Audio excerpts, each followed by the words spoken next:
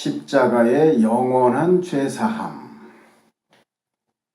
영원한 죄사함은 주님의 십자가를 알고 그 십자가를 받아들일 때 성립되는 거듭남이다. 영원한 죄사함은 주님의 십자가를 알고 그 십자가를 받아들일 때 성립되는 거듭남이다. 1. 구별되는 죄사함. 이 땅에 오신 예수님이 하신 일은 무엇인가? 대부분의 사람들은 예수님이 십자가에서 우리의 죄를 사하시기 위해 오셨다고 한다. 십자가를 통한 죄사함의 제도를 수립하기 위해 이 땅에 오셨다는 것이다. 하지만 죄사함은 제사장들도 세례 요한도 이미 베풀고 있었다. 죄사함의 길은 주님이 오시지 않아도 이미 마련되어 있었던 것이다. 하지만 그들의 죄사함은 일시적인 것이고 주님의 죄사함은 영원한 죄사함이라고 말할 것이다. 그렇다. 창조주 하나님이신 주님이 직접 이 땅에 오신 것은 예언자나 선지자 그리고 제사장이나 세례 요한 등과는 분명히 다른 과업이 있으셨기 때문이다. 그런 의미에서 주님의 죄사함은 제사장이나 세례 요한의 죄사함과는 분명히 구별되는 것이어야 한다. 2. 영원한 회개와 영원한 죄사함. 영원한 회개와 영원한 죄사함.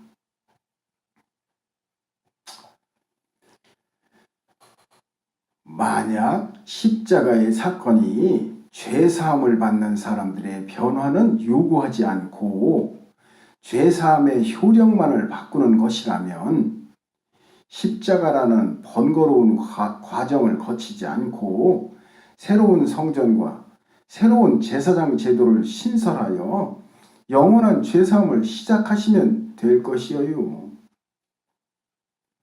당시의 성전이 이방인인 헤롯 왕이 건축한 것이고 제사장들도 헤롯 왕의 비호를 받는 무리들이었으니 정당성이 없는 그들을 모두 파하시고 주님으로부터 시작되는 새로운 성전 건축과 새로운 제사장 제도를 수립할 수 있었을 것이에요. 아니면 그냥 세례 요한처럼 성전 없이 물가에서 새로운 죄사함의 제도를 시행해도 되지요. 그렇게 새 제도를 수립하고 제자들을 양성하여 영원한 죄사함을 베푸시면 하나님의 백성이 얼마나 많이 생기겠어요. 이런 것이 하나님의 뜻이라면 굳이 헤롯 시대까지 기다리실 이유가 무엇이에요? 한 번 죄를 사하면 영원히 용서받고 천국의 자녀가 될 수 있도록 첫 제사장인 아론 시대부터 효력을 부여하시면 더 좋지 않았을까요?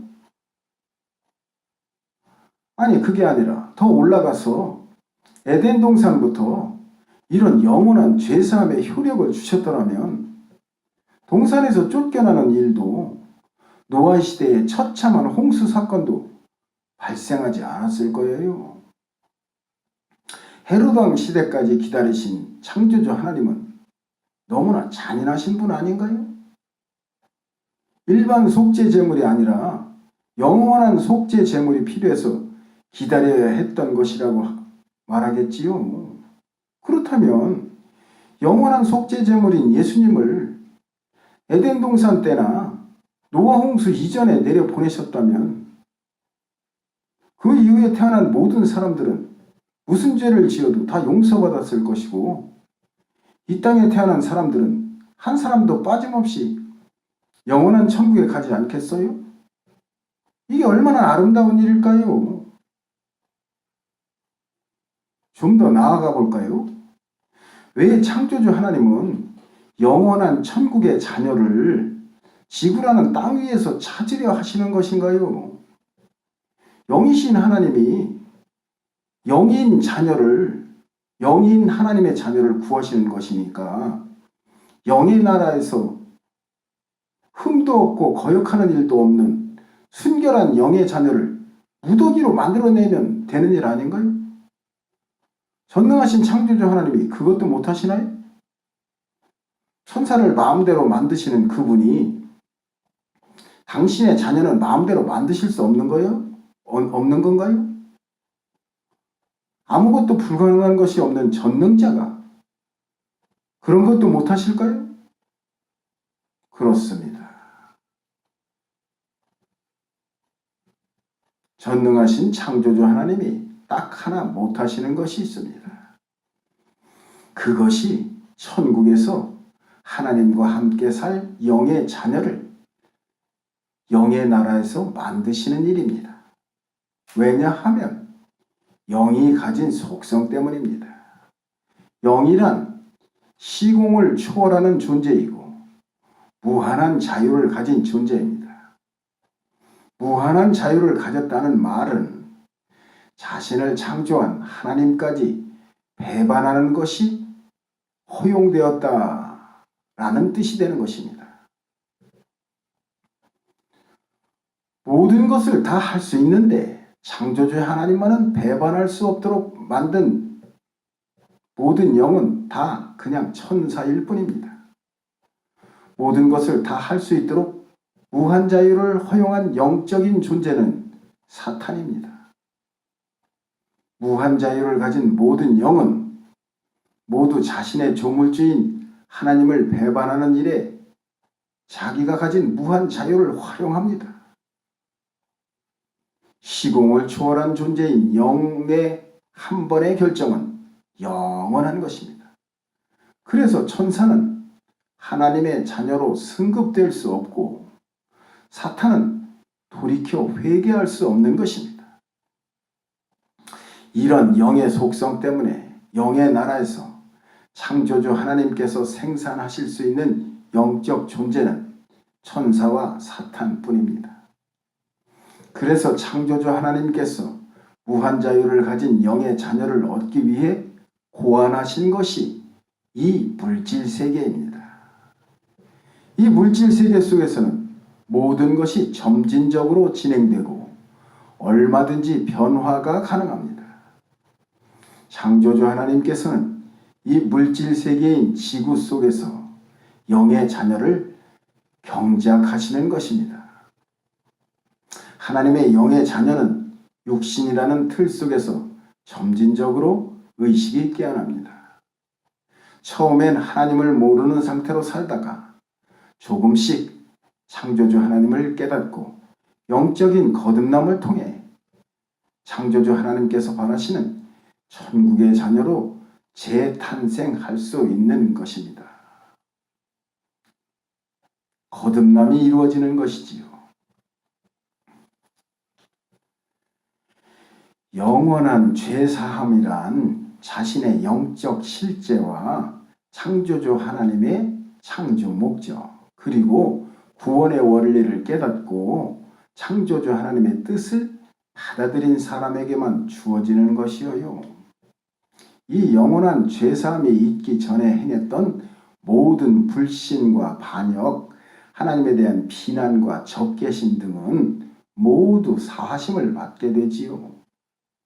그 죄가 어떤 것이어도 모두 용서하시는 것이에요. 그리고 창조주 하나님의 자녀로 거듭난 사람은 결코 이전의 세계로 돌아갈 수 없어요.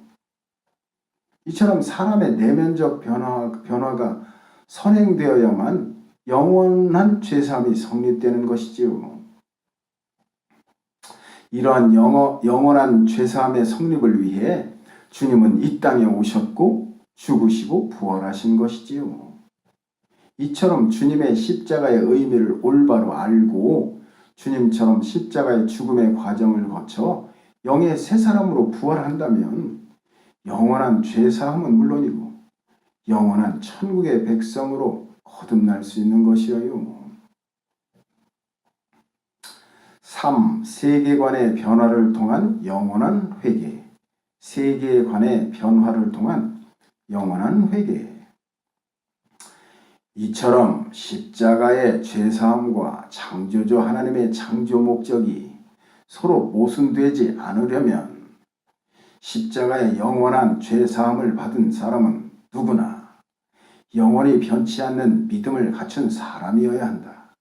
그런데 시공을 초월한 영원한 믿음은 인간적 의지로는 불가능하다.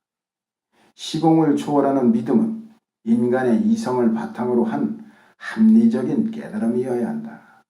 나의 존재 의미와 우주의 존재 목적과 창조주 하나님의 구원의 원리 등에 관한 모든 의혹이 해소되고 아무런 걸림도 남아있지 않은 온전한 납득이 전제된 합리적인 믿음이어야 한다.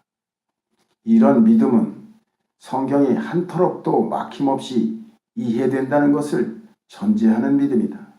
성경이 막힘없이 이해되려면 창조주 하나님의 창조 목적과 구원의 원리를 알고 창조주 하나님의 관점으로 성경을 읽어야 한다.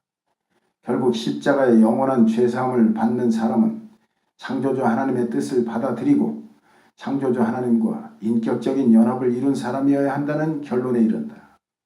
다시 말해서 십자가의 영원한 죄사함을 받는 사람은 인본주의적인 가치관을 버리고 창조주 하나님의 세계관을 받아들인 사람이어야 한다는 뜻이다. 아멘.